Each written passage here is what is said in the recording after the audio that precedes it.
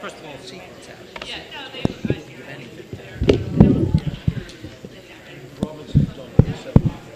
Good evening, That's good news. and welcome to the regular meeting of the Council of the City of Long Beach held Tuesday, August 1st, 2023 at 7 p.m. And I can get the slides to advance. We'll have a roll call. Councilmember Pashley. Here. Councilmember Lester. Here. Councilmember McGinnis. Here. Vice President Treston. Here. President Bendo. Let the record indicate the presence of Acting City Manager Ron Walsh and Corporation Counsel Dennis Cohen. We'll now have a salute to the flag. Again? Yeah, why not?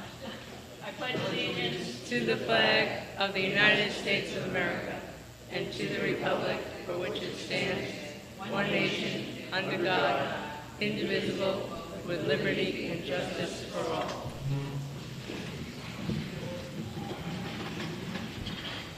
All right, good evening, everyone. Welcome to the first meeting of August. Finally got Mother Nature's given us some good weather finally, so hope we're all taking advantage of it. And let's get going. We'll start with the city manager report. Good evening, everybody. Good to see everyone tonight. As you can see from as you walk through, there was a National Night Out was today.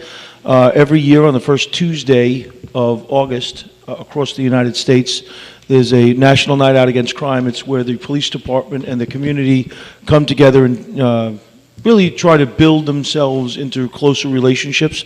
Once again, we had a very successful National Night Out. We had a lot of partners that really, throughout the city, and even corporate partners and foundations and civic associations from across the entire area reached out and really worked with us to make another great event. We measure ourselves based on the amount of food that goes. And last year we bought enough food for 1,800 people, and this year we bought enough food for 2,000 people, and we ran out of food. So another really successful night. So my compliments to everyone who was involved. I see Miss Lake in the back of the room right here who helped us serve food today. I see all of the ladies over here in our fifth row over there who were out there serving food the entire afternoon. I know the police department worked very hard, the CSEA, the fire department came out in force for us, so very successful and a pleasure to really work to put that together. The next thing I kind of want to talk about is a really great success for the city in regards to our community development block grant monies. When I assumed the position of acting city manager in January, the city had about $1,084,000 of outstanding money that it was due from prior years in CDBG funding, meaning we had programs and we hadn't really gotten our reimbursement for those programs. In case you don't know, as members of the public, these CDBG works in 3-year cycles. So we're in the 49th year right now. That's the monies we'll be getting, and those monies will cover 23, 24, and 25. Next year will be the 50th year, and that will cover years 24, 25, and 26. So you have 3 years to spend the funding. We were in a very precarious position because we had monies outstanding from years that had been expired, and we managed to not only spend down our 1.84 million to 406,000. We spent down 63% of the money, got reimbursed for 63% of that money, which made the county extremely happy. The county was quite upset with the city of Long Beach because the federal funds that it's tied to, they have to close their accounts. And the city had continually asked for extensions, changed their plans, moved money into other directions. So we finally solidified ourselves into more firm plans. And last year we received $280,000, and I'm proud to announce that this year we received $330,000. We increased ourselves by 18%, a $50,000 increase, which really shows that the county has put some confidence back into the city of Long Beach, and that will bode well for all of our plans. So thank you. Some good news. The last piece is what you're going to see on the screen now. Those are spotted lantern flies, and they are here in Long Beach. And the state Department of Agriculture and DEC has been tracking these bugs. They will completely destroy your garden. They will destroy plants, flowers, and they will kill your trees. So the state is asking for us to kill these things when you see them. And there's a website. It's called Spotted Lanternfly at agriculture.ny.gov. Spotted Lanternfly at agriculture.ny.gov to report the sightings of these things so they can track them. I don't know that they necessarily have a plan in place to eradicate, but they're saying that the egg mass and that if you see them on the tree, and they show pictures of it on their website, I have pictures of it up here as well, to really do what you can to try and eradicate these from your property. And that concludes my city manager's report. Okay. Thank you. And let's move on to the agenda. Our first item this evening is a public hearing for a bond ordinance authorizing financing for various capital projects in and for the city, stating estimated total cost thereof of $18,501,200. If you want to jump right in on that, because it's your stuff. But basically, Joe, if you want to step up too, this is for the bond ordinance for basically funding the capital projects that were put forth by the city and approved by the council. Okay. Hello? Again, yeah, I'll just reiterate, this is the hearing on the ordinance authorizing financing for the projects contained in the capital improvement plan that was adopted by the City Council on May 16, 2023. The value of the projects in the approved capital improvement plan is $14,674,200. Some of the projects that are going to be funded include asphalt overlays, curb sidewalk rehabilitation citywide, a ladder truck for the fire department, 3 police vehicles, water meter replacement, upgrading of the water mains in the walks, fencing improvements. All the projects are actually listed in Schedule 1 of the resolution and also contained in detail in the capital plan in the back of the city's budget. If all these projects, and if it's authorized tonight, then we will go to market for this in September. Is that correct, Ina? We'll go to market in September and borrow this money so we can move forward with the projects. If you have any questions, Ina and I will be happy to answer them. Thank you. So just one thing, I don't know if it's a question, more of a comment. Some of these projects we'll be reimbursed for, but we have to borrow the money up front to front the money, and then we'll Correct. be reimbursed at the completion of the project. Correct. A perfect example of that, I'll just give one, is the Zamboni. It's a $115,000 grant, I believe, from Nassau County, Joe, I believe. And we have to put out the money first, we spend it, then we get reimbursed from the county. So there's multiple projects that are just like that. All right, any questions from the council? I just have one question.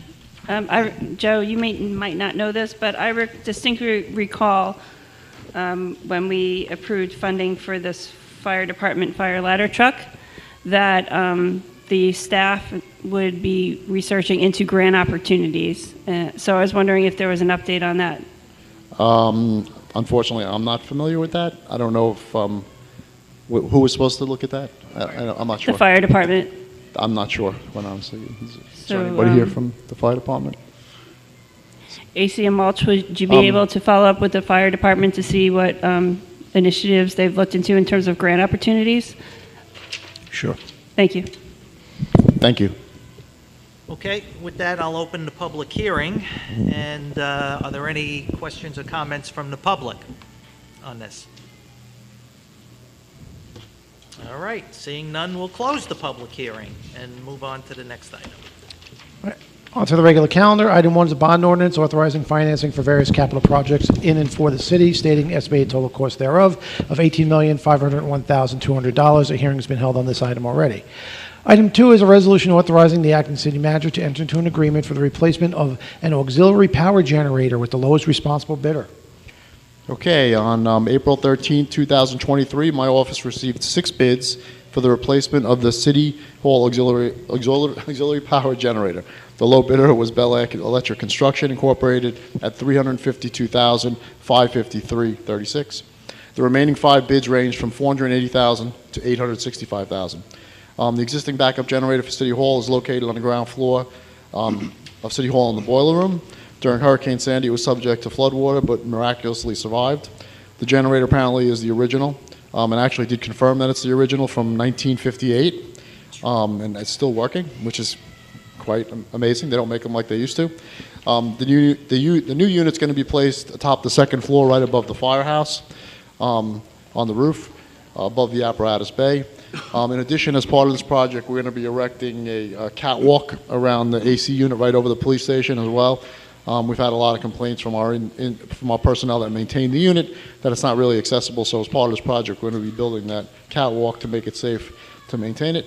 Bel Air is a reputable contractor that's performed many projects of similar size and scope. We did check their references. They're a big company. This is a great price on this project. And they're meeting the 10% goal for the minority women business-owned enterprise requirement. That's in our contract. And we have money in the capital budget for this, so I recommend moving forward with it. Thank you. Thank you, sir. Just a quick question, Joe. If the current one is still working, are we just replacing it because it's old? Yes, it's and also we want to get it out of the flood zone. We want to elevate it so it's out of the The flood zone. current one couldn't be, It's 1958. I mean, Oh, it's old. It's I checked before the council meeting, anticipating these questions, and it is the original from what I'm being told. Roy's before 1958, he still works. Yes. That's so nice of you to say, John. That would be so easy to have fun with. I'm just going to let it go, Roy. I will as well. All right. Any questions from the council? Yeah, Joe, a couple of things. Sure. This is only for City Hall and Police Department, this building, correct? Correct. And how many kilowatts is it? I don't know offhand, but I could certainly check for you and get back to you. Absolutely, because it's right on the document. I just can't recall offhand. It wasn't in the backup or anything? No, it's not in, but it's on the plans. Yeah. For the project that are in my office. Okay. I could absolutely find out for you, and I will. I'll email them to everybody, actually, to the council. The size of the generator. Uh-huh. All right, and any type of warranty or anything? It's a 1-year warranty. 1 year? Yeah, I checked. Yeah.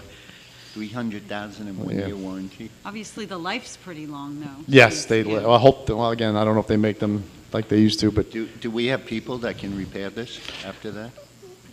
basic maintenance. But that's one thing that we're looking for in general.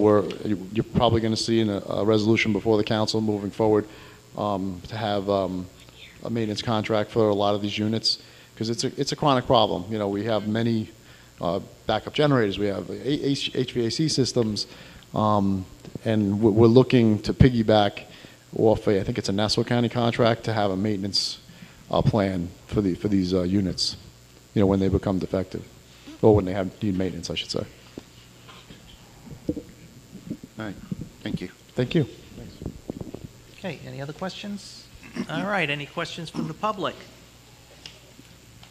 All right, seeing none, on to item 3. Item 3 is a resolution authorizing the acting city manager to enter into a contract for the repair of main sewage pump number 4 at the wastewater treatment plant with the lowest responsible bidder.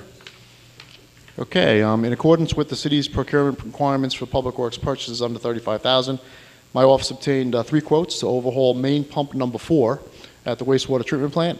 The 3 quotes were one was from 3D Industrial Sales and Services at $29,860. They were the lowest quote. Number 2 is PCS Pump and Process Inc. at $47,750, and the third was Pentar Inc. at $49,250. There's 4 main pumps at the plant for sewage processing, and maintaining them and keeping them in good working order is of critical importance to maintain sewage flow in the system. The price includes pickup of the unit, complete dismantling, cleaning of all parts, complete overhaul with new bearings, seals, O-rings, and gaskets. 3D Industrial Sales and Services is a reputable contractor that's performed similar services successfully in the past. Funding is available in the capital budget for the work, so I recommend awarding it to 3D Industrial. Just so you're aware, I did check too. Is there a warranty on the work? Yes, there's a 1-year warranty. I checked how much it would be to replace that pump. It would be probably about $100,000 to replace that pump. And I also checked on the lead time with buying a new pump. It's probably about, probably like 50 weeks for a new pump. So I was trying to do a little investigation to answer some of your anticipated questions. you have any questions? Thank you. Joe, when NASA comes in, will we still need this type of pump? The main building will still be, it's still going to be a pump station, so the main pumps will theoretically still be utilized, I believe. That I'll have to check on. So wouldn't they be installing their own pumping station? They're converting the existing building to a pump station. And I have to double check to see if if those 4 pumps that are there now are being replaced. But either way, we have to maintain the system until then. Until then, correct. So we have to maintain those 4 pumps in working order. Right now, there's 4. Actually, 1 is out of service, so we have 3 that are functioning. This one is functioning, but it's being taken out of service to be. So we only have 2? There'll be 2 in service. And when the this is other taken one out. that is out of service right now? They feel that they can work without that. They've been working without it for quite some time now. They really need the 3 in working order. They're in a delicate situation now where they're trying to prepare for this impending takeover in the next 2 to 3 years and balance, maintaining the workings of the facility in good order. We don't know if NASA's going to replace that or not. I can find out for that to you. I can find out for you as well if those pumps are going to be totally replaced as part of the consolidation project. Absolutely. Out of curiosity, Joe, most pumps have a certain gallon per minute rating or something. Any idea what these are? I don't know. That's another thing I could easily find out for you. Okay. Absolutely. All right. Thank you. Yeah, no problem. Joe, just, you rattled off what they were doing to the pumps pretty quick. Are they, I didn't catch, are they rewinding the motor? That's what it says, yeah. I mean, I tried to get as much detail as I could from. And do they replace the impeller also? Because I'm guessing the impeller is ancient. I believe so. I believe so. It's a complete overhaul. Okay. They dismantled the So that whole leaves unit. us with 3 pumps. The 2 operable. functioning. That was my next question. So that leaves us with 2 functioning pumps. Correct. With this one out of service, how long will it be out of service? It's another good question that I have to find out for you. Okay, I don't know offhand. how long the rebuild's going to take. I don't know how long the rebuild is. So what happens if we have a failure of one of the 2 remaining operable pumps? It could be a big issue, quite honestly. We would have to bypass. Like we have, I don't know if anybody remembers, we have the 6-inch Godwin pump that we bought recently. We just had it delivered. That pump would have to probably be used to bypass the actual wet well into the process, like into the primary settling tank. Right. That's what would have to happen. If the 3, that had happened in the past during Sandy actually, when the backup generator went down, we had to actually bypass the facility, bypass the pumps in general. That would be the next option. So you basically set up a pump above ground, the 6-inch pump that we bought, and bypass from the wet well, and then go into the primary settling tank. All right, so we'd have to jury rig it. Yes, exactly. Okay. And any other questions from the council? All right, any questions from the public? All right, seeing none, on to item 4. Item 4 is a resolution authorizing the acting city manager to enter into a contract for the replacement, furnishing, and installation of inline check valves with the lowest responsible bidder. Joe again. Okay, on July 20th, 2023, my office received 10 bids. That's a lot of bids. That's probably one of the most we've ever gotten.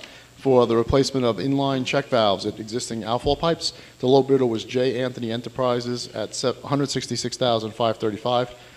The remaining 9 bids range from $185,000 to $847,500. Under the contract, they're going to be replacing valves at the following locations: a 42-inch diameter valve at Laurelton Boulevard, a 30-inch diameter valve at Magnolia, a 48-inch valve at National, a 10-inch and a 12 at Farrell Street, a 10-inch diameter valve at Boyd, a 12-inch valve at Dalton, and a 12-inch valve at Armour. I'm not sure if anybody remembers some of these locations, but these were based on complaints that I had received probably over the last 6 to 8 months from residents. Specifically, I think there's probably a few in the audience. One was from Armour regarding flooding that was occurring at the end of the street. I had gotten complaints from residents on Farrell. A few, actually, it's funny, we actually went out on a boat to check on these valves. Interestingly enough, the one on Dalton was actually missing. I don't know what happened to it. It's gone. It's just gone. There's nothing there anymore. So I have photos of all of them in the bid document. And there was a few others too. Magnolia was missing. National Boulevard, a 48-inch valve was missing. I mean, there was one there before. I don't know. how it could possibly have disappeared. But, so anyway, this is a bid to replace those inline check valves. J. Anthony is a reputable contractor. We checked their references, and therefore I recommend awarding the project to J. Anthony, and we have funding available in the capital budget for this work. If you have any questions, I'd be happy to answer them. Do I have any questions? Yes. Yeah, of course, yeah, sure. Okay. Joe, after Sandy, we had a lot of problems with these flex valves. Yes. And some were replaced. Do you know? There's about 90 of them in the city. 90 altogether? There's about 90 outfalls, correct. Okay, and most of them are on the bayfront, and then we have one at the end of each canal, is that correct? There's a majority of them are at the bayfront, and then we do have at the canal crossings, like the bridge crossings, we have them, and also at the south end as well. We have them as well. At the south end, I know we have them, and you say Correct. at the bridge we At the have bridges too, on each end, on each side. I'm sorry. On each side, there's an outfall that comes under the bridge. them? Yeah. There's one on each one, like I a don't- doyle. There's one on each I side. remember going under those bridges as pigeons. Yeah, there's a and- lot. Yeah, and that's a whole nother topic. And Yes. slinkies. Yes. Slinkies to keep them. So I've been down some of these streets, and if the valve isn't functioning, and I keep using Dalton as an example because the resident calls my office probably once a week, and I've been promising him that we're going to go out to bid and we're going to put in the valve. What happens if you have a high tide? It comes right up through the storm drain system. In his case, because he has no valve at all. But the valves are draining basically the streets. No, well, what happens is if you have a high tide and the valve Yeah. is functioning properly, Right, and it's the water not cannot come up. It can't- won't come up through the storm drain. through the valve. Correct. But If it's when- working properly, When you have a heavy rain, then you could have a problem. If you have a heavy rain and a heavy the head- rainstorm and a high tide, Yeah, but the head will push it, so long as the groundwater isn't above the street level. the head pressure will push it, but there's definitely a situation where if you have a high tide and a rain. Yeah, No, if they're if you equal, have- then it won't. Yes. if you have a low tide and rain, Oh, you're fine, yeah. It drains into It'll the- let the water out, no problem. But when you have the best, these work the best when you have a high tide, no rain, and it keeps the water from coming up into the street. I'm curious because on the backup documentation, it says the function of the inline check valve is to keep water from flooding the street at high tide and rainwater from entering the channel. I would think. That's not worded correctly, unfortunately. That's not worded correctly. Oh, okay. 'Cause That's I'm reading incorrect, that, yeah. I'm going. That's, why would- you could blame me for that one, I didn't catch that.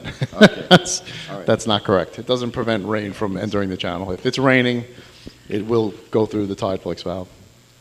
Okay, now one other question. The contractor will be responsible for preparing an erosion and sedimentation control plan that addresses stormwater discharge. Those canals are really clogged. It's gotten to the end points, the south end, where it's very, you can scarcely get a boat because there's so much sediment. Correct. We, at one point, were talking about dredging the canals. Correct. Whatever happened with that? We have, I think, $150,000 in the capital budget to retain a consultant to undertake the permitting process and the plans and specs for dredging, and also to do an evaluation of the bulkheads, because you have to be very careful when you dredge, because on the one side we have our new bulkheads, but on the resident side, the bulkhead's old. When you dredge in the middle, the soil gets sucked into the middle, and you could collapse all the residential bulkheads. So it's very important during the design phase that they're evaluated. So right now, what I did, my original intent, there's a company called Coastal Protection Engineering. You may have heard of them. We used them for the Army Corps project to help us with issues related to that. I had approached them to give me a proposal because I was going to do it as a professional service because they were uniquely qualified for this project. However, I have the proposal sitting on my desk, and it was about $225,000, more than $150,000 that I have in the capital budget. So therefore, I cannot give it to them. So what I was going to do next, and what I'm planning to do now, is unfortunately I have to put out an RFP, and I'm hoping that I get a better price for the project. But my initial intent, because this is a very reputable contractor, consultant that I've dealt with before, my intent was to put it before the council as someone who's uniquely qualified to do this work. But unfortunately, I can't do that now because of the cost. But So those that's where we're at. and this Joe- is I'm sorry, something that always puzzled me. Those are our canals or town of Hempstead? No, we're responsible for the canals. The town of Hempstead does do dredging, and we approached them. Yes. I actually went to the town of Hempstead supervisor's office and had this discussion with them. They have dredging. We asked them to help us. I mean, we had a nice meeting, but they were unfortunately not willing to assist us with our dredging. Joe, I was in that meeting. It was. Oh, yeah, that's right. You were there. That's it right. was I in- remember that. That's It was in correct. May Remember we asked them. That's right. 2022 in Supervisor Claven's office. Correct. And they said they would help us. And after that meeting, I followed up with them, and they said no. So you're telling me the town of Hempstead Supervisor's office said they would not help us with dredging? The contact that I'm dealing with said that they could not help us with dredging, that they were too swamped with their own projects to help us with dredging of all canals. If they would help us, it would be fantastic. Okay, maybe we but can I have follow had up on that. I've had that conversation, and they said they would not. That's disappointing. Very disappointing. No, it would suck, because it's a very complex operation with a lot of regulatory requirements. Is And the DEC involved in that too? of course, you have to get permits Okay. from All the right, DEC, from the this- Army thank you. Corps. You have to get permits because the dredge spoils. I know this has have nothing to to be do with Yeah, disposed this is of. a agenda item, so fascinating we're just- conversation, but it's actually got nothing to do with this agenda Sorry. item. So, Um, in the interest of time, a lot of these check valves, we know in the past have failed or ceased to function because we don't have any kind of maintenance program that monitors them, checks them. So we wind up we keep replacing them because we're not maintaining them. And the fact that we have valves missing and we didn't even know it, are we going to put any kind of preventative maintenance plan in place so we don't have to keep spending money to replace valves? when we Yeah, can it's maintain them? very challenging. I'll be quite honest with you, because we are actually, not replenishing our sewer maintenance department because of the issues with the consolidation. So in essence, we're actually kind of siphoning employees from that department.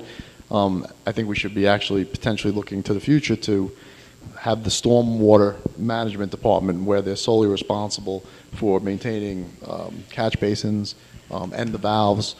But we really don't have the staff to deal with it, and that's the problem, because you really need access from the waterway. You need a boat or a little boat, float, barge to access it. There's a lot of liability associated with it.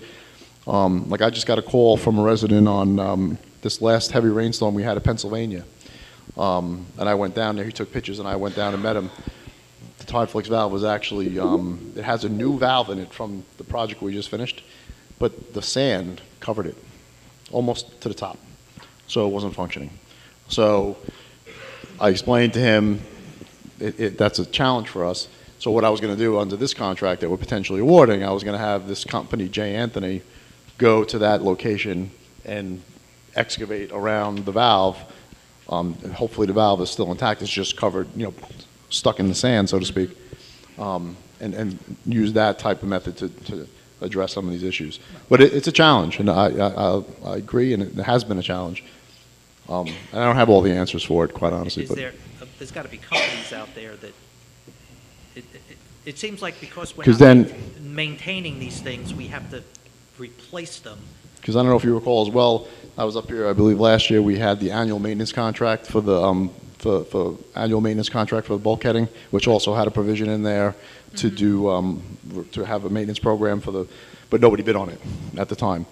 And that's the only reason I did this separately. I put this bid out separately to address just the Tideflix valves, because nobody was bidding on the requirements contract. So I separated it out because, for a year and a half, I was basically telling people, well, I can't replace your Tideflix valve because nobody's bidding on the annual maintenance contract. So to alleviate that concern, I put this bid out separately. So Okay. perhaps we should have some sort of Yeah, contract for that. Just an annual maintenance contract for maintaining outfalls. Right. That's something we could look at. Inspection and maintenance, yeah. But it's a problem. I agree 100%. All right, any questions from the public? All right, Mr. Delory.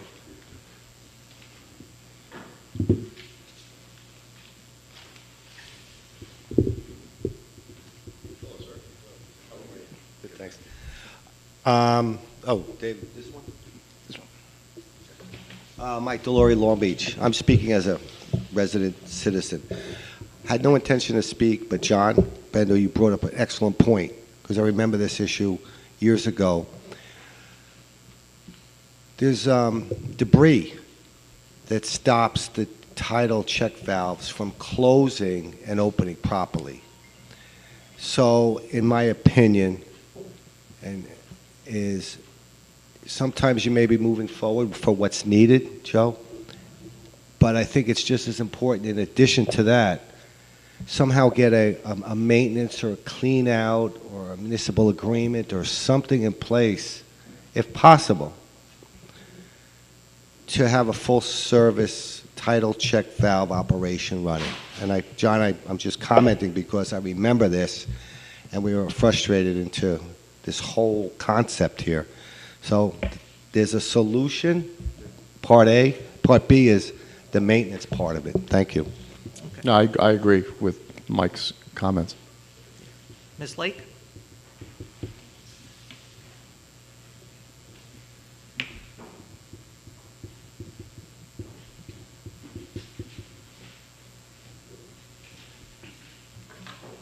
Good evening, everyone. Crystal Lake. How many? Hi. Hello, how are you? Good. How are you? How many Tide Flex valves are there in total? There's approximately 90. 90. From the area of Long Beach Road, let's just say to National, how many Tide Flex valves are located along that strip, along the bayfront?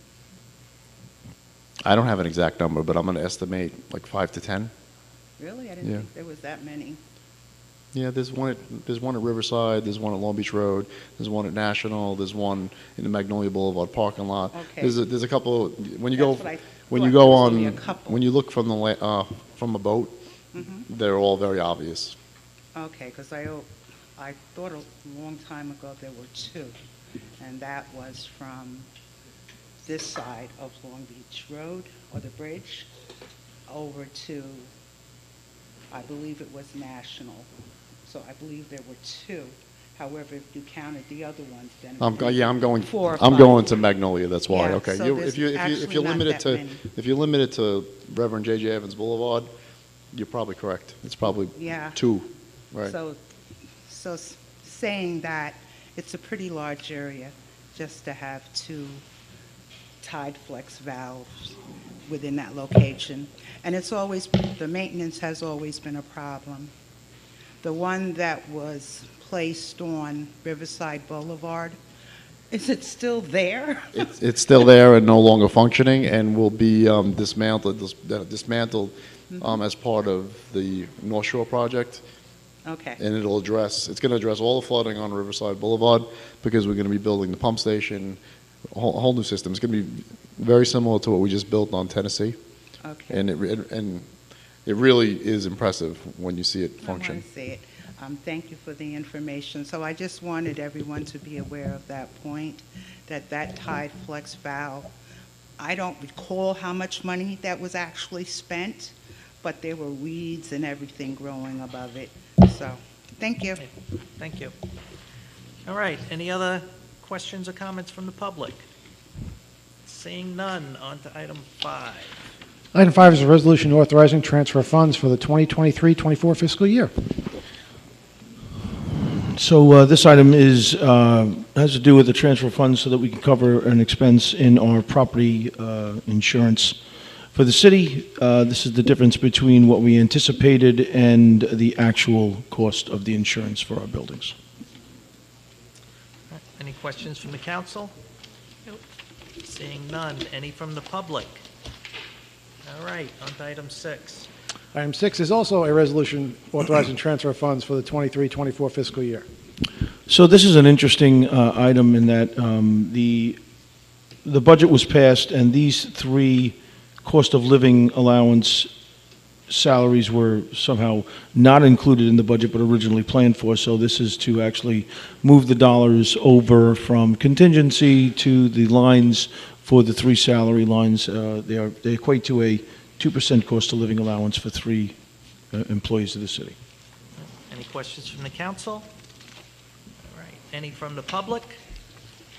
All right, item 7. Item 7 is a resolution authorizing payment for Thomson Reuters Westlaw Services. So, yeah, go ahead, Dennis.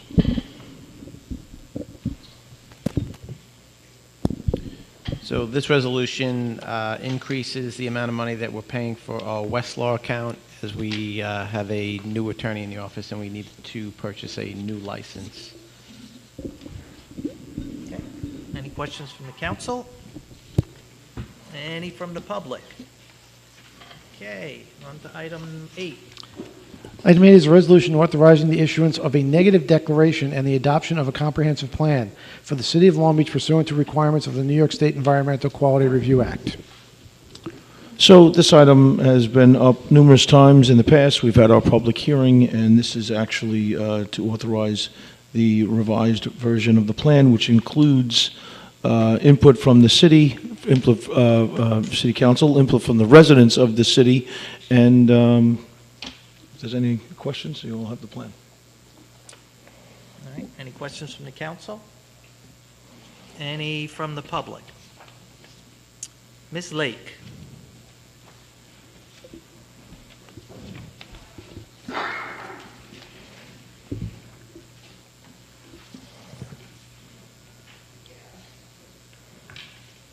Good evening again, Crystal Lake. First, I would like to say the reading from the 2 columns in future reports, please let the text go from the left margin to the right margin, because sitting at a computer, you know, with the up and down motion, it's a daunting task, and it's much reader-friendly if it would go from left to right. Just my opinion. Okay. Secondly, the neighborhood characteristics map. The boundary for North Park goes from Long Beach Road to National, when it should be from Long Beach. It changes, but Magnolia, Lafayette, Monroe. Secondly, it mentioned the VE flood zone. I didn't see the AE flood zone. So if someone could explain the difference, because the Bayside has the lowest elevation within the city of Long Beach. There was a map that had an X. When you cross the bridge, it floods. So how would anyone evacuate Long Beach if you can't get past the bridge? I know Long Beach Road and Austin Boulevard, okay, it's not the city's responsibility, but there needs to be some type of plan in place so we can actually evacuate. Secondly, there was the 14 LMI tracks, which is based on the 2010 census. I understand in reading that the census information will be updating, but there is, if you contact the Census Bureau, there is a contact number and an email address to actually get the income and poverty characteristics. So that should be hopefully, and could someone please explain what the income guidelines would be, since there's 14 and I believe there's about 8 to 9 census tracts. In addition to that, I'm just thinking, so I'm not being rude, okay? In addition to that, it did mention renewal in the 1980s. I truly think that it's a horrific, heart-wrenching disgrace that the 1960s renewal is never mentioned or acknowledged by the city. That's actually part of my history here. That was the beginning of my history here, as well as many other residents. And I think it's a great disservice. Thank you. So can anyone answer, just go Hello, over? Patty, did you have, by any Please. chance? Thank you. It might be more beneficial if it's a suggestion that the questions, maybe you email them, because they were pretty detailed questions, and Patty would be happy to answer all of them for you. It just, Okay. yeah. You We'll get you the answers. You really but want me to yeah, start emailing? Well, I'm Do used you to them at this point. It's like loud music at this, Okay. Thank you. Thank you, Crystal. All I right. look forward to your emails, Crystal. They're always informative. Wait, Mr. Delory?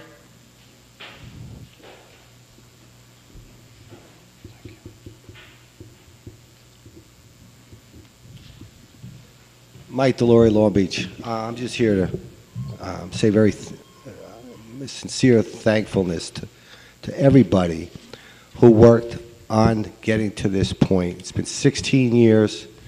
It's been Hurricane Sandy, a COVID epidemic, and this current planning advisory board, the 11 people, Patty Bourne was the lead coordinator, I'll call it, and members of her staff.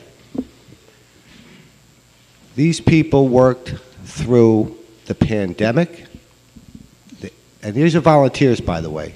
They're not getting paid for this. They're exceptional, talented people. This plan, I am thankful and fully support all of your efforts in getting to this point. The Nassau County Planning Commission said they wish to express its appreciation and support of the city's effort to prepare a plan that is more pragmatic in its approach and implementable than the draft 2018 comprehensive plan, and one that engages with the public early in the process in creating a vision and setting goals for the city of Long Beach. It's an ongoing process, and part of the adoption, I'll call it, of the draft is to create a planning advisory board. Mr. Cohen, I'm sure you know legally about setting up a planning advisory board, and I'll put some teeth into it. A lot of the problems in the past have been the zoning board acted as a planning board. So I hope with your guidance and hard work that this council can move in that direction. And Karen, I want to thank you for all your service here, and it's been greatly appreciated. I worked with you on the city council, and I know how much you care about the numbers. And the numbers don't lie, and the budget shows it, and for that I'm grateful. Thank you. Mr. Hodge? Yeah, you going somewhere? No, it's only August. No one's going anywhere. You have some time. The first of August. James Hodge, 95 East Fulton Street, from Maple to Nevada, from the bay to the ocean. I'm always excited about our great city and being able to have an opportunity to speak to those that lead our city. I just wanted to reiterate what Crystal, what Ms. Lake was saying. I know Patty was ready to answer some of those questions that she could have answered, and I just think that, you know, sometimes people prepare their questions based on seeing the agenda when it comes out, and if they could get any questions almost immediately answered, that would be great on the residents that's here asking the questions, because they may not be able to make it to the next meeting. And I know that she was going to answer. Could she answer any of the questions that was asked? Because I would love to hear those answers also. For the ones that she know, she's going to email them, but for the ones that she could answer, can Well, I she think answer the them? problem was that some of the complexities of some of the answers are not that easily or quickly answered. So, I mean, Well, yeah. but my thing is that she was ready to answer, and she's over that department, and so she would know what she can answer or not. And I'm just saying, anyone that's handling their department, they know if they could answer it or We're not. going to email the answers to her, James, because I think it Okay, would be so better that way. so she's not going to answer them. Okay, so again, those were some of the questions that I may have had based on this, and I guess I'll hear them, and everyone will hear the answers. But again, as this is a work in progress, I would like the committee to continuously hear all of the residents of the city of Long Beach. I know the volunteers are from all over Long Beach, but again, I would like for the city to continuously hear from all of the residents that will give more input as we go along. And of course, you guys said that there will be more space for, and more opportunity for input, correct? As far as I know, yeah. Okay, all right, just want to make sure. All right, thank you very much, appreciate it. Okay. Any more questions or comments? Seeing none, on to item 9. Item 9 is a resolution authorizing publication for hearing of an ordinance to amend the Code of Oh, someone Ordinances. sta- Wait, I sorry. do have a question. Mr. Camden?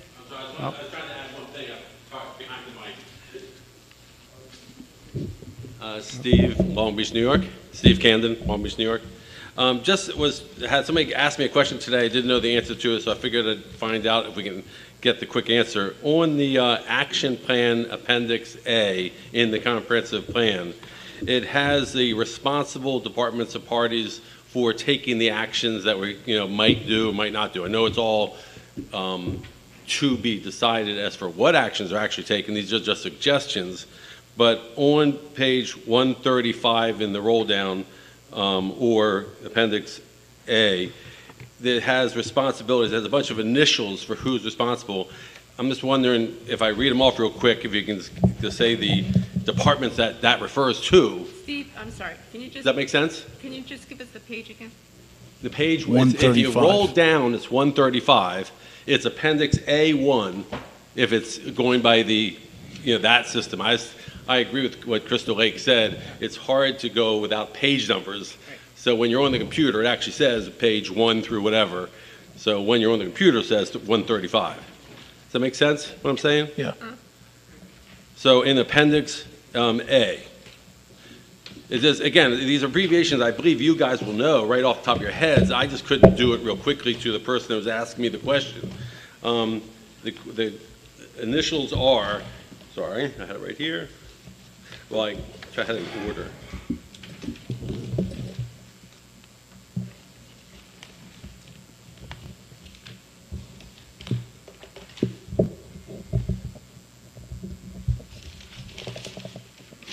That is bizarre. I had it right here. Okay. You can email them to me with the EPD, PD, BD, CMO. Obviously PD be fire, police department, FD is fire department. Those are easy ones. But you know what I'm talking about yet? Yeah. What we can do then is we can What? make an equivalent list. I'll have Patty make an equivalent list for you and email them over to you. Great. It's page 135 or there. That way people can know what those stand for. I thought that'd be important. Okay. Okay? Thank you. All right. On And to thank you for item- your work on the committee. On to item 9. Okay, item 9. Item 9 is a resolution authorizing publication for hearing of an ordinance to amend the Code of Ordinances of the City of Long Beach regarding motor vehicles and traffic. This item is for publication only. A hearing will be held August 15th at 7 p.m.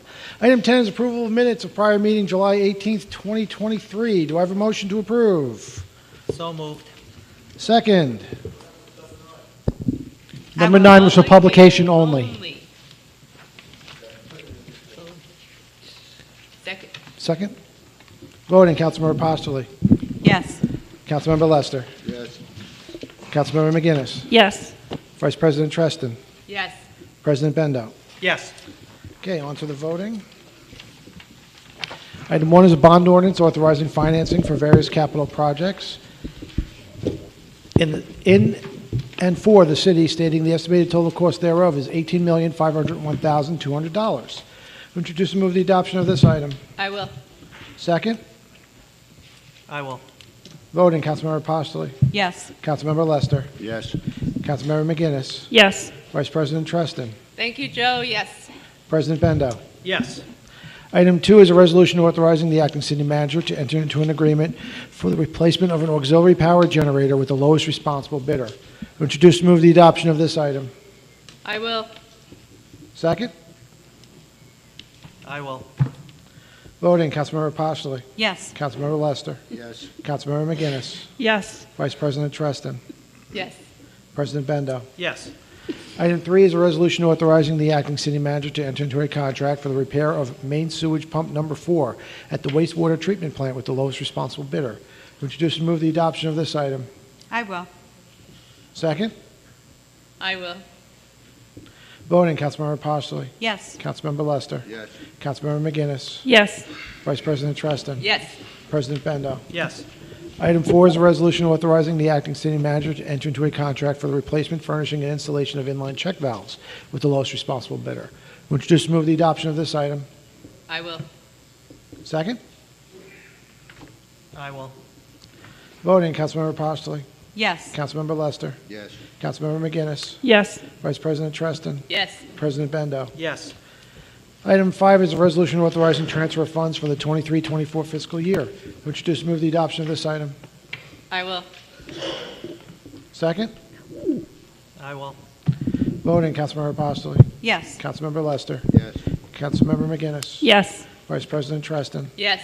President Bendo. Yes.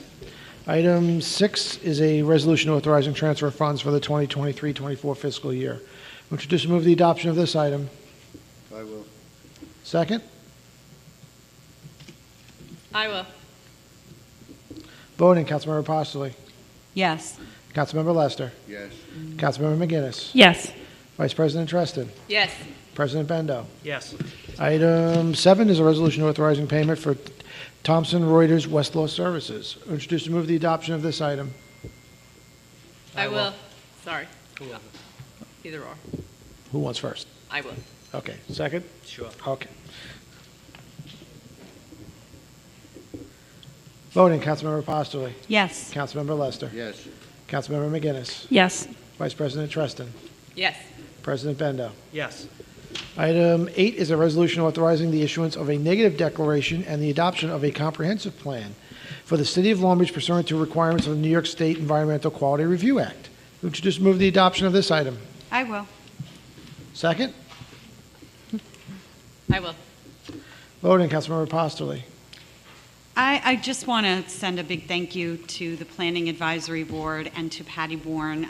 This comprehensive plan it's a pretty big deal. It's going to be really critical in providing a long-term vision and framework for the growth and development of our city.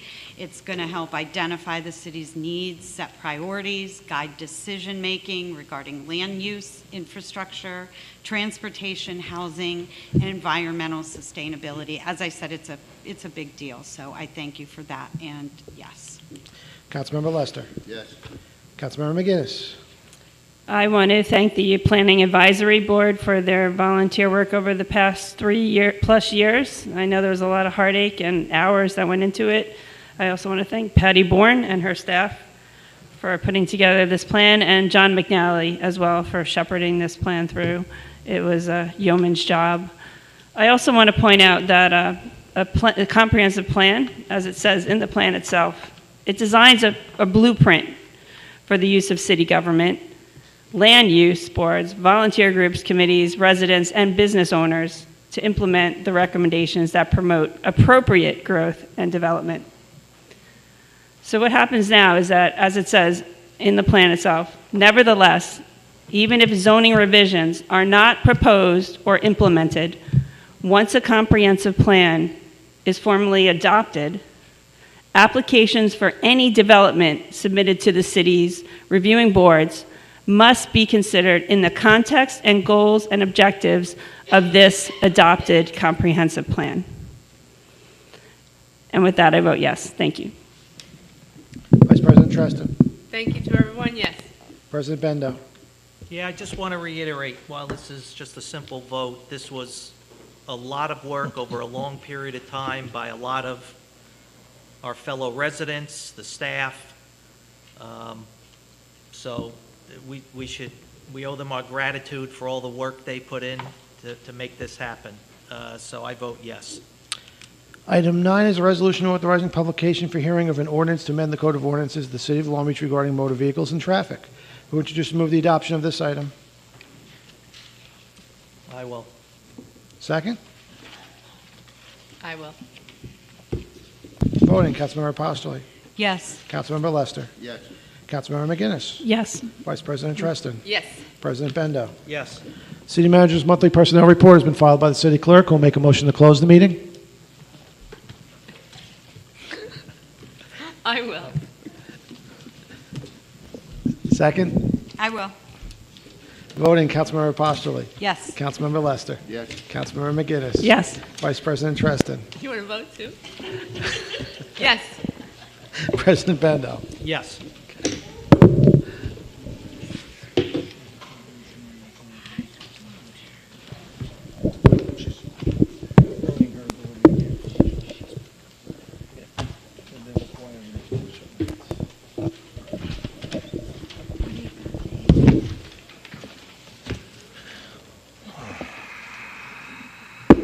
All right. In case it's your first time for good welfare, you signed up, you get 3 minutes. And Brendan Finn.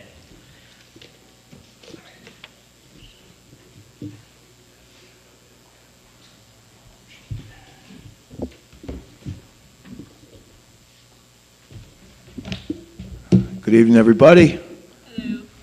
Who cooked the ribs? They were pretty good. They were good? Yeah. Oh, no, they were there at the end. This guy got them for me. Anyway, I want to talk about item number 9, and it was for publication and not for discussion.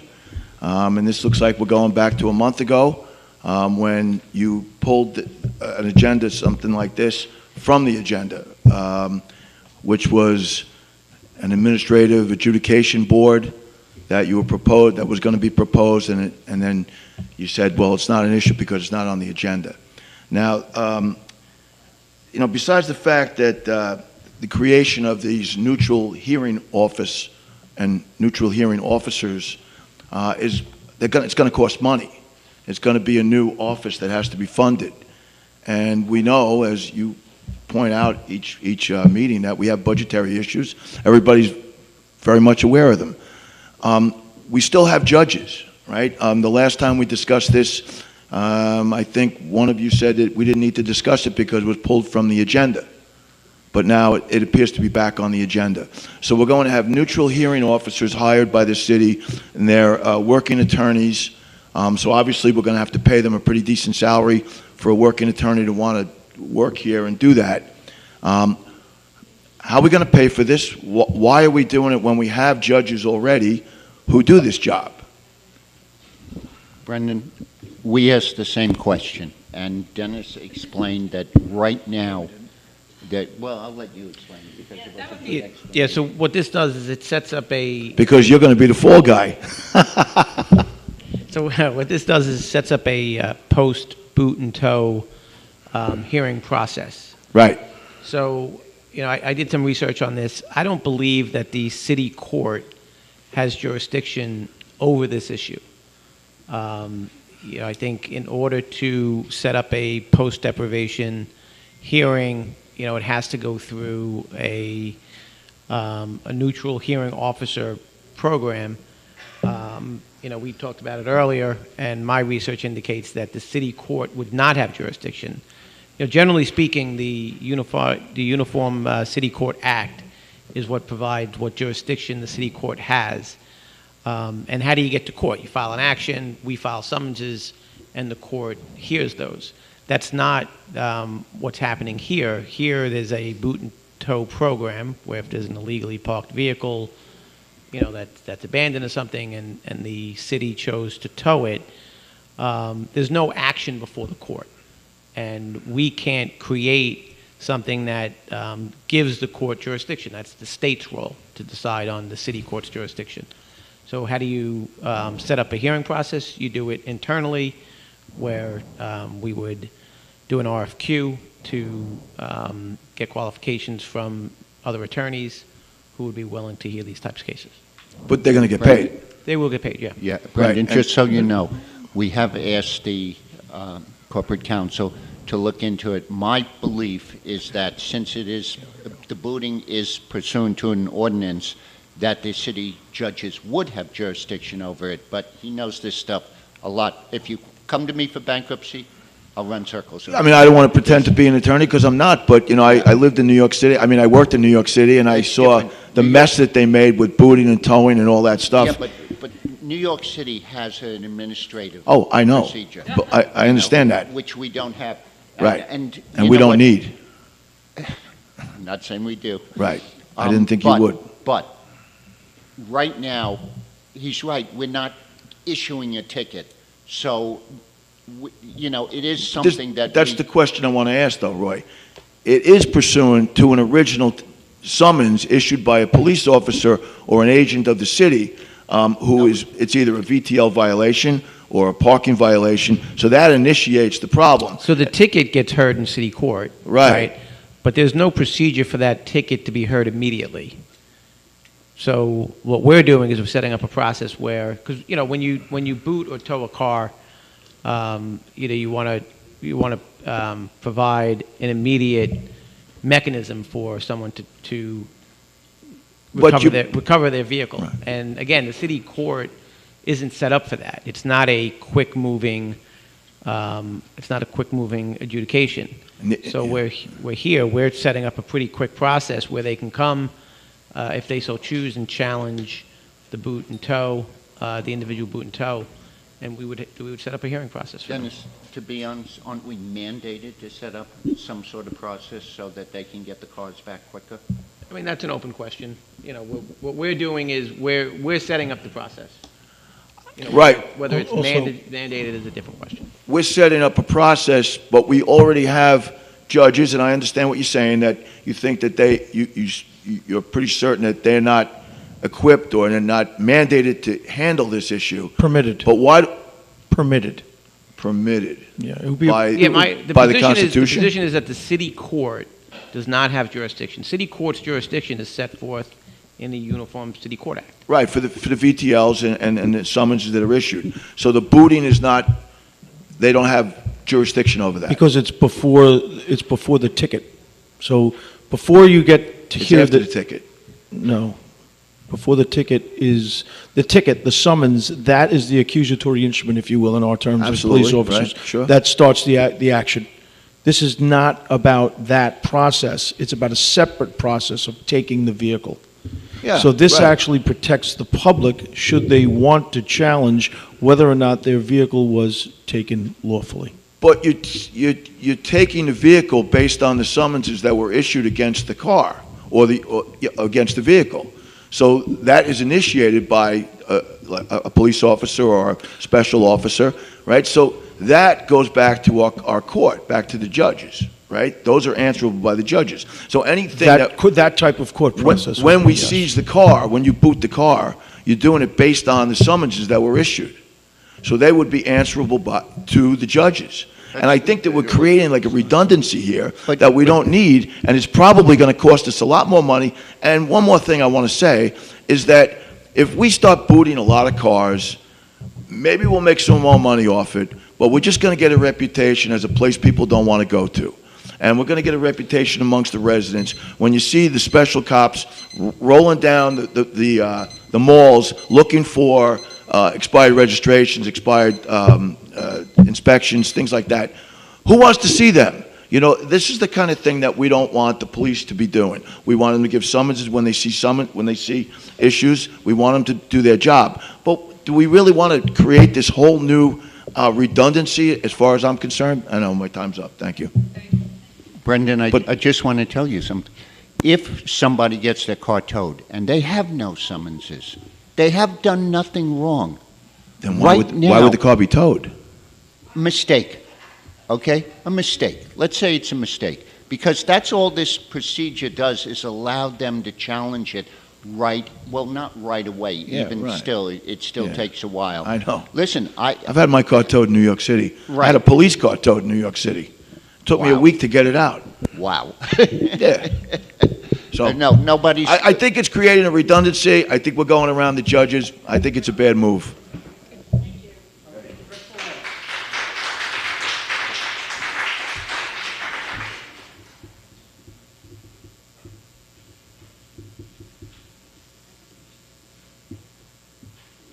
Oh, James Todd, did you leave?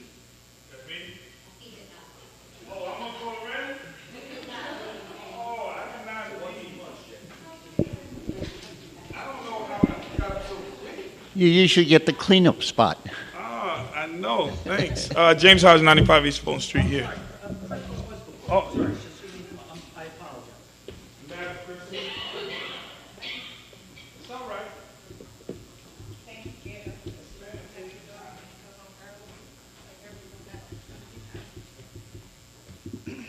Good evening again, Crystal Lake. I would like.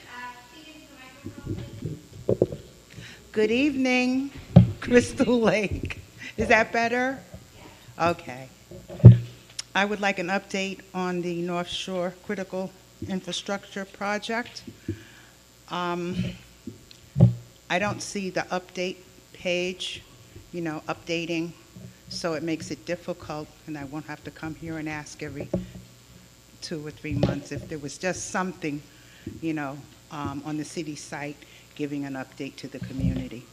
Secondly, going over the comprehensive plan, piggybacking off of what I previously stated,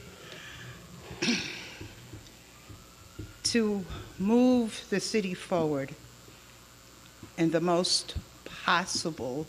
best possible way for everyone.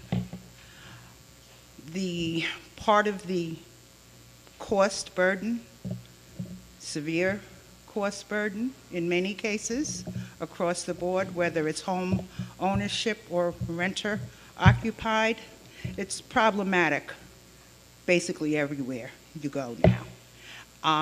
How is this going to be addressed moving forward? And if you have the LMI and the census updates, so if there was any resources or funding that becomes available and used within that certain area, there may be a possibility that due to the updates, those resources would not have been utilized there. So is there any way that a percentage of any potential or future funding or resources could be put in some type of escrow account until everything updates? I mean, I think that if it at all possible, I think that may be a solution. But please keep in mind, for decades, I'm going to say it, and people do get tired of me speaking about North Park, but unfortunately, these are my concerns, and I think everyone should be able to voice their concerns, especially regarding where they live. For quite some time, the census data wasn't updated. So that would directly impact the targeted demographics. So we would like to make sure seniors, veterans, low income, moderate income, that those funds are actually reach the targeted populations. And while I'm piggybacking off of something else, it's important that we have a realistic evacuation process. Okay, eventually, we know climate change, sea level rise, and flooding is going to become extremely problematic. We're a barrier island. I don't know if we have to purchase a ship, mini taxis, whatever the case may be. We have to be able, Okay. Can I wrap it up? Yes, please wrap it up quickly. Thank you, John. Get off the barrier island and be able to go down Long Beach Road. I believe it was December 23rd, 2022. I was on my way to Marshall's. I couldn't get over the bridge until after 1 o'clock. And I believe that was the same day Mr. Fabrizio was late to work. I believe I heard him mention that at a city council meeting. So we need to have access to get on and off the island. Thank you. Okay, thank you. And Patty, if you have any of the answers to her questions, try to connect with her. Now, Mr. Hodge. Thank you.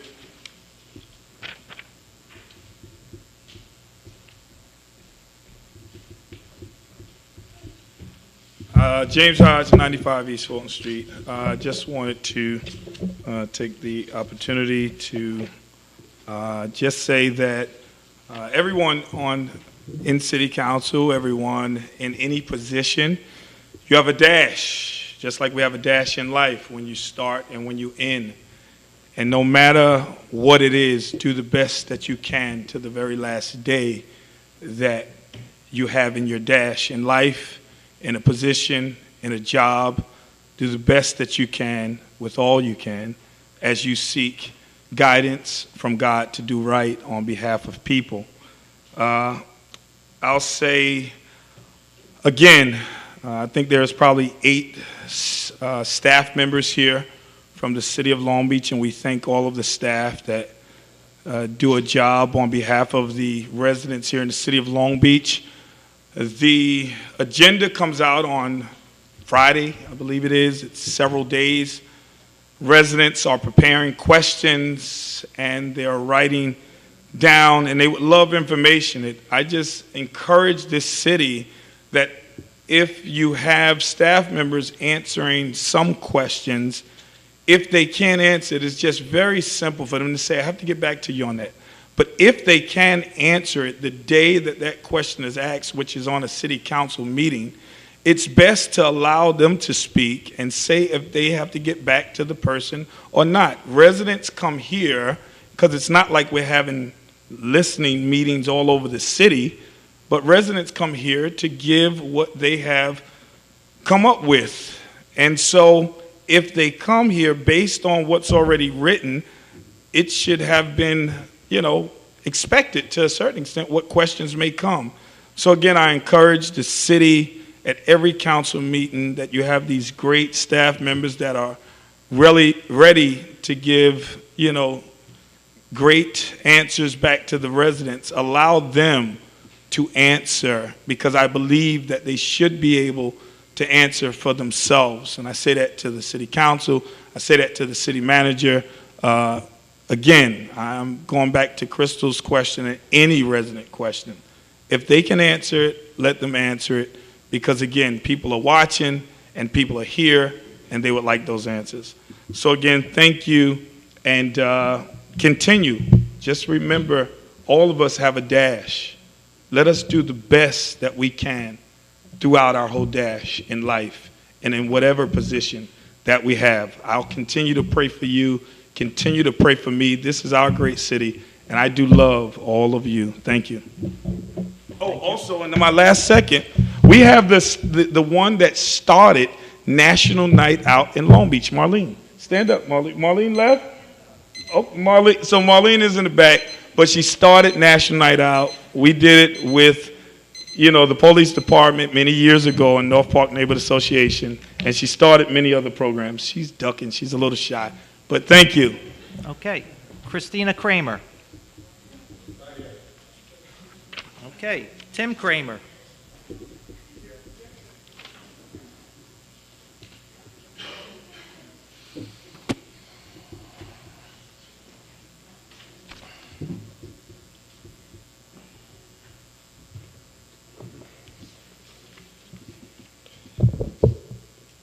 Hi, Tim Kramer. So the fuel ring system, was that fully implemented, fully installed? Are you talking about the gas poisoning? Yeah. It's actually in the implementation phase now. So it was not fully installed? It's in the implementation phase now. So, no. Why hasn't it been Because it completed? takes time, because the vendor has to get parts, there's installation, there's software that has to go in. These things don't happen immediately. The vendor is working with us, trying to get all the parts. When is it going to be? When it gets when in. is it going to be complete? They have different time frames, different parts. It's going to be a couple more months before it's implemented. Sorry, I can't create the parts. We're doing the best we can. I'm going to put that in a not good department. So Okay. the parking, the paid parking on Park Avenue, what is the estimated revenue, the annual estimated revenue for that, roughly? The paid parking that you're going to, with the parking meters on Park Avenue? There's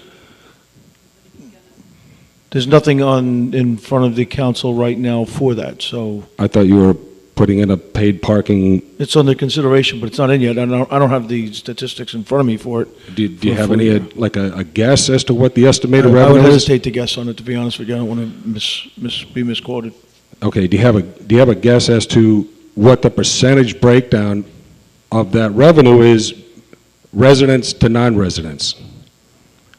Is it 80/20, 75/25? What do you think it would I be? don't know if that was actually included in the actual study or not. It was a survey of the actual parking spots, and it was a survey of the inventory, but not necessarily. So who was let's just say parking that in spots. if the annual revenue is $500,000, I don't know what it is, let's just use that number, and the, the breakdown is 80/20, which is probably close, right? I wouldn't concede that, no, we don't have that information. Well, I'm just saying. So I'm not going to hazard to guess at it. You can make your It's- statement, but I'm not It's going to hazard to guess at it. certainly higher percentage for the residents than the non-residents. That would be a safe guess, right? I mean, that's I- logical. I can't say that at all. Sure you No. can. No, I That's can't, common and I won't. sense. It's common Mr. sense. Kramer, I'm not going to put words in your mouth. No, I'm Don't just put them saying, in this is- mine, we're talking but I common cannot sense say here. that. You can say that if you So want, my but I point won't is, say it. my point is simply this: that's yet an additional tax on the residents, and I want to parlay that into. There is no additional tax right now. It's Sure, something well, it's that's a being tax. It's considered. an expense. There's no taxes, there's no It's an plan expense that's to been the passed. residents that live here. All right. It's That's an all right. expense. I mean, it's simple as that. So the Moody rating was established through tax increases and not controlled spending. So which kudos, you got that better Moody rating. That was really established through tax increases, and you brought the budget under control through tax increases as opposed to controlled spending. And I want to know, what are you doing to control spending? Because with this new boot system and creating a new department, if you will, you're growing government, and there's no way in the world that revenue is going to pay for that new department, that new boot department where you're hiring these people. Am I not making any sense at all? I mean, this is. Mr. Kramer, you're really not interested in hearing what I have to say, because every time I try to answer, you talk over me, so I'm Sure, just go going to ahead. let you complete your statements. I'm just more I don't need concerned your about my permission to time, talk. that's You all. can Go ahead. complete your statements. Go ahead. Well, we're implementing a new towing and boot system that we've already had in place for forever with our judges, and that revenue is not going to pay for it. So we're growing government, and then now you have to, or inevitably going to have to raise taxes to pay for these new departments that you're just inventing. So I guess my point is simply, we need to control spending. Your time's up, but I'm gonna, since you don't seem to have an understanding of how Moody's works, perhaps our comptroller can enlighten you. Okay. Also, as you walk back to your seat, I don't want to leave the public with the misconception that any new department is being made. The actual envisionment of how this particular adjudication person would be is a per diem only upon request. So in the rare instance that somebody would ask for a review as to whether or not their boot or tow was proper outside of the courts, that's when it would be incurred. We don't anticipate them being any full-time staff or anything like that. But Ina, if you want to take the time to clarify a little Just bit a of Moody's. second, maybe. Sure. So, Ina Vraznik, City Controller, good evening. I just want to address the increase in spending statement that was made. I want to make sure that it's very clear that in this budget there was actually a decrease in spending, because if it wouldn't be for the Haberman, the effective tax rate would go down and not up. So there was a decrease in spending in this fiscal year budget 2024. And Moody's, they have a very comprehensive explanation of what goes into their ratings. And I can do a presentation next time. This is not something that I can answer in a couple of minutes here, but I suggest that whoever is interested to really get into the depth of this issue and what had created those 3 Moody's upgrades in 16 months goes to the Moody's website and looks at how they rate. And I'm just to add one thing. I get we're in silly political season now, so, but regarding the city spending, people seem to have a very short memory of the condition this city was in 5 or 6 years ago. This city was borrowing millions of dollars every year just to pay its bills, pay its basic expenses, borrowing.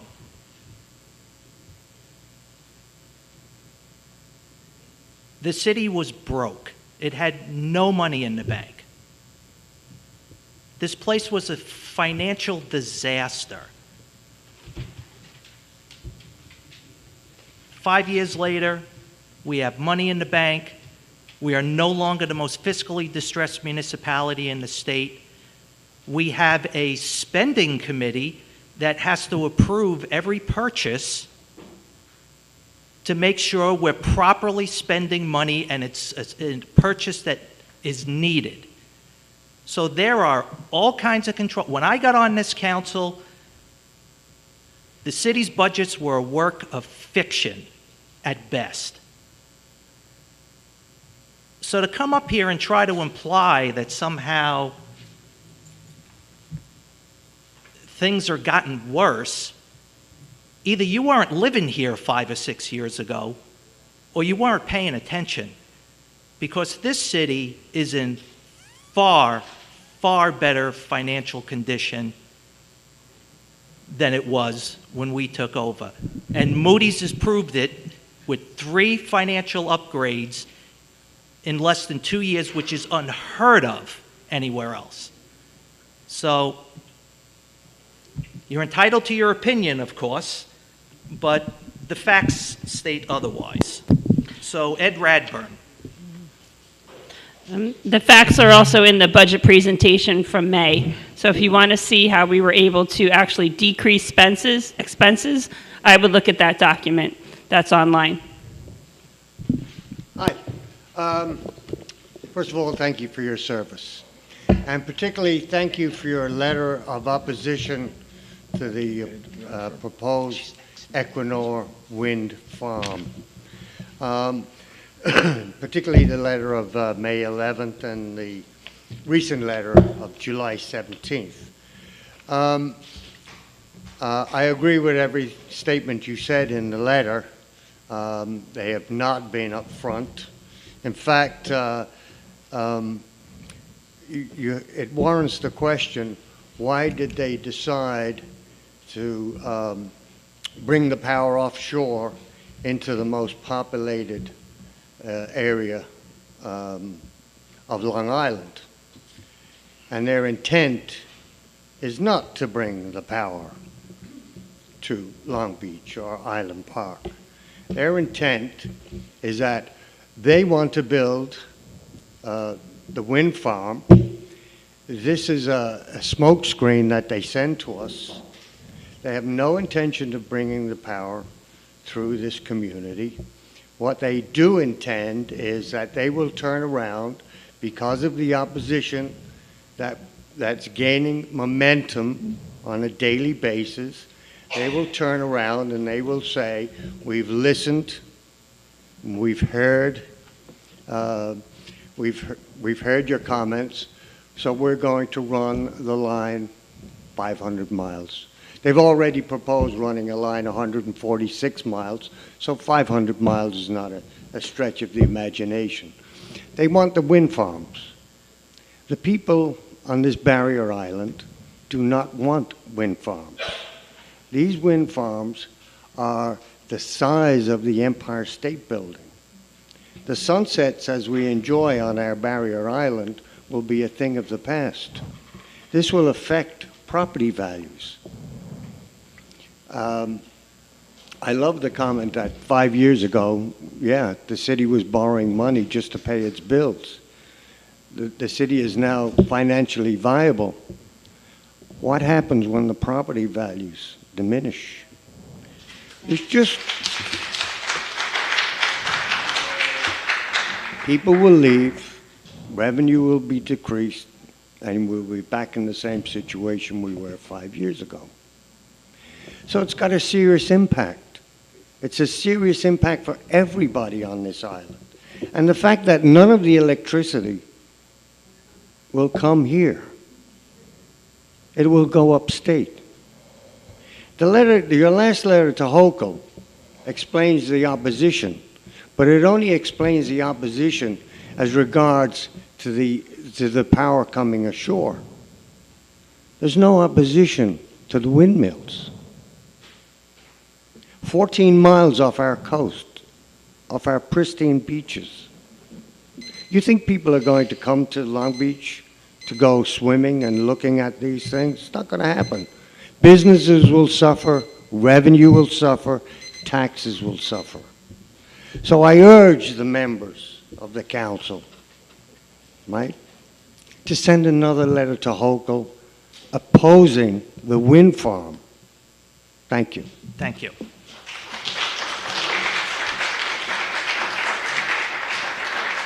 Kathleen Sullivan.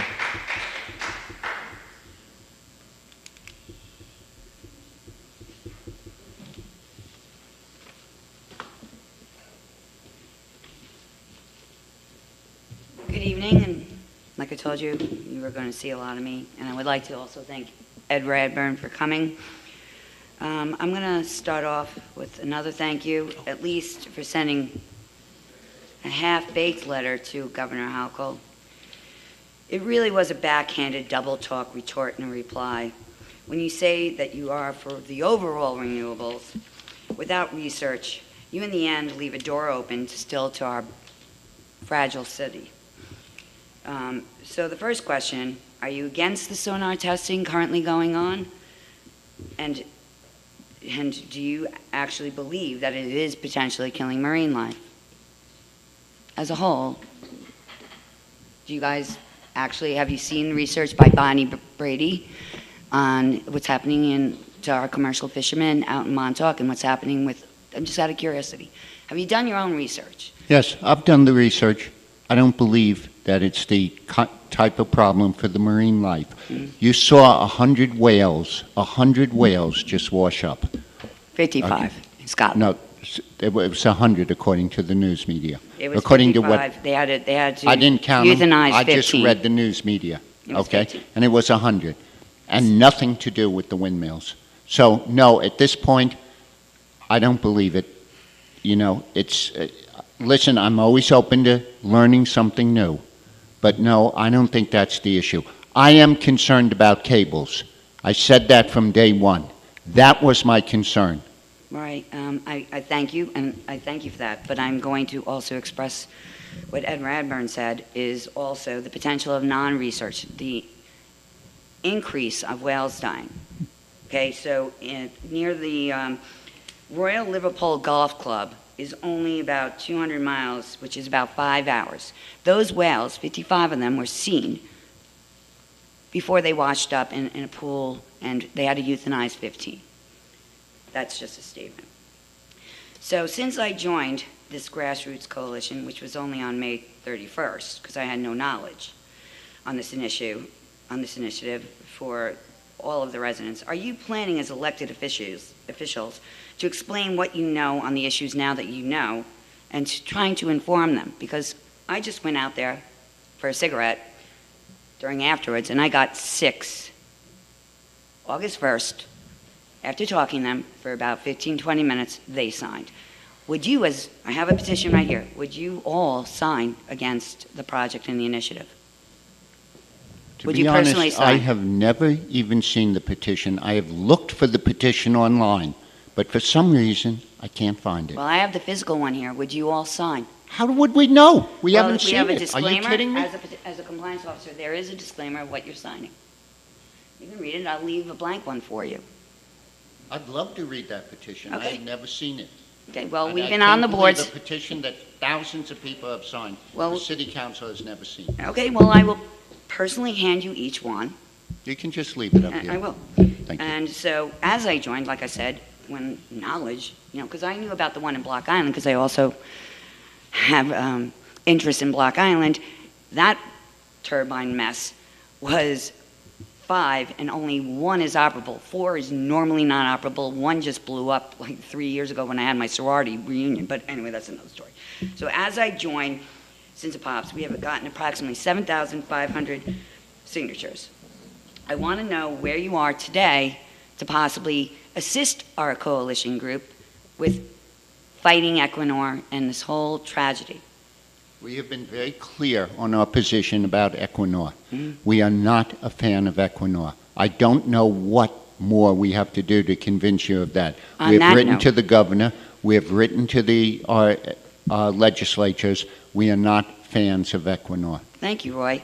But on that note, have you given permits for them? Because they've stated that they're out on the boards like 4 times a week. We've witnessed, are you giving them tables to set up? To actually, can you please answer? No. We Okay, have so no would you give involvement us with them. tables? What's that? Would you give our group a table to set up on the boards? I don't, you'd have to, I don't know how that works, if you have to apply for a permit, All I'm right, not so sure how that works. we'd like our Sunday, so just having a board, we're just doing it, walking around, sitting there, so. All right, so every Sunday we could apply for a permit, or what? How would it work? You'd have to talk, I'm not sure how it works, you'd have to talk to the events person.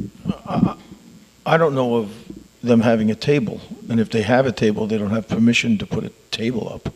So Well- if you see a table, call the police department and let them know, because they don't have permission to put a table up there. Anybody can be on the boardwalk handing something out, but putting a table up, we have no knowledge whatsoever of them putting up a table. I also And heard I've that- never received a call about that or a complaint about that. I also heard that they were at the Arts and Vendor this past weekend. Yeah, they can walk through and hand out what they want. That's Did a they have a Chamber table? of Commerce event, and that's not our event. That's a permitted event by Okay. the Chamber of Commerce. All right, thank you very much. Yeah. Okay. Jen Sarafin.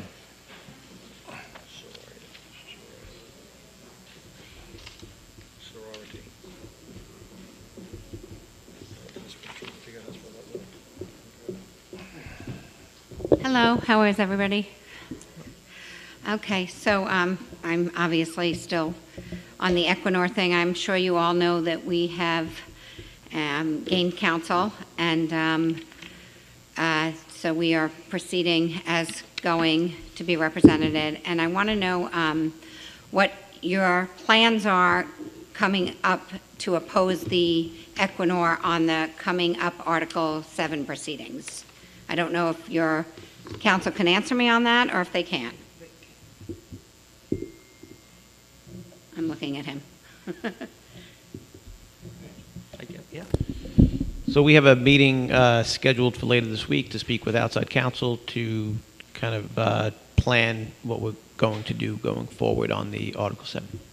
So hopefully to oppose Equinor on that, I'm hoping. Can you answer that way? Yeah, we're going to discuss with outside counsel what the plan is. Okay, and something I have to ask, what new ordinances are you planning on writing to stop Equinor for asking for waivers and stopping Hochul from overriding the city? Because she probably is going to. You can't write ordinances in a city that tell the state what they can do. It doesn't go that way. I'm There's just a asking- hierarchy here. Well, I don't know if you can write anything to just ordinances against Equinor. I'm not saying against the state, but can you write ordinances? No, you can't write against a particular company. If they're a nuisance, yes, if you can prove them a nuisance. But you can't write an ordinance saying, this company, we don't want. That's all I'm asking. I'm just Yeah. asking. So there is no negotiations going on with them anymore? Not that I know of. Okay. I mean, we've made our position pretty clear. So she asked about the petition, and then the thing I will ask about is, I'm sure you've seen, because there's been mailers all over, have you signed the petition from Senator Canzanori? Has anybody signed that petition? I've never seen one. It was mailed to everyone's home. It was a mass mailing. It's on her website. Maybe we haven't gotten it Okay, yet. well, it's going to come to your home, and it's a mass mailing. Senator Canzanori and Assemblyman Ari Brown put a petition out against the bill that you can all sign, so hopefully you will. Against what bill? The bill that was sent to Senator Hochul's desk and against this project. You talking about the Parkland alienation? Yeah, the whole thing. She put a whole petition out against it. It has been mailed to everybody's home in her district, and it is on her website. Okay, so when we get it, we'll Okay, certainly look at it. Yeah, but- it came to my house 2 days ago, so, yeah. Okay. Have everybody else here gotten it? Nope. Okay, well, it's out there, so if you look for it, you'll find it. So, I'm just letting you know. Okay. Okay, thank you. All right. And I'm sorry, the handwriting's kind of bad here. It looks like Caren Riskin. Apologies if I got that wrong.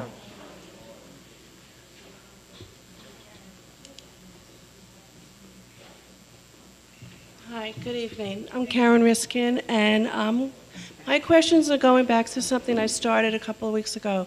It has to do with the soil bearings. Following the conversation, I learned that 6 months prior to us doing anything with the company, which we're not, we have no intentions of doing anything with Equinor or Wind 2. But why would you arrange a permit for them to do work in Long Beach when there's nothing to do because we're not doing business with them yet? We haven't agreed to it, and we're never going to agree to it. So before you run down this, as we said last meeting, I'll reiterate it again, there are no active permits. No permits have been granted since this discussion has started. There are no active permits. Equinor is not doing work in the city. They're doing nothing. The only thing they did was fix a hole they drilled over a year ago. That's it. Oh, but why They have would they no be doing that? active permits here at all. None. But why would you allow them to do that? We have no correlation with them. We have no business with them. Why would you allow them to do that? Why would you give them a permit over a year ago? So in 2021, I believe it was, is that correct, Joe? Correct. Yeah, in 2021, before this ever became an issue, they were doing bore testing for soil. They had permits for that. But It's why would you revisionist do history that? to try and think that we knew then what we know now. And the position of this council, if I can be so bold, is that they are not in support of this project right now. So the point you're bringing up is 2 years old. No permits have been issued. None are being issued. No work is being done. But why would you do that in 21? Why would you even start that? What was the reason? No answer? I've already answered. No, you didn't answer it. I just did. No, you really didn't. Okay. 2021, why would you give them a permit? To do what? Just to tear up Long Beach? I mean, really? That's ridiculous. And here you're sitting like this with us against you because we don't want it. We've proved it. You finally agreed because you don't want the cable. Well, what about the rest of it? We don't want the wind. You don't want the wind either, I hope. We'd like to see your signatures on that petition. That would make us happy, but not finished.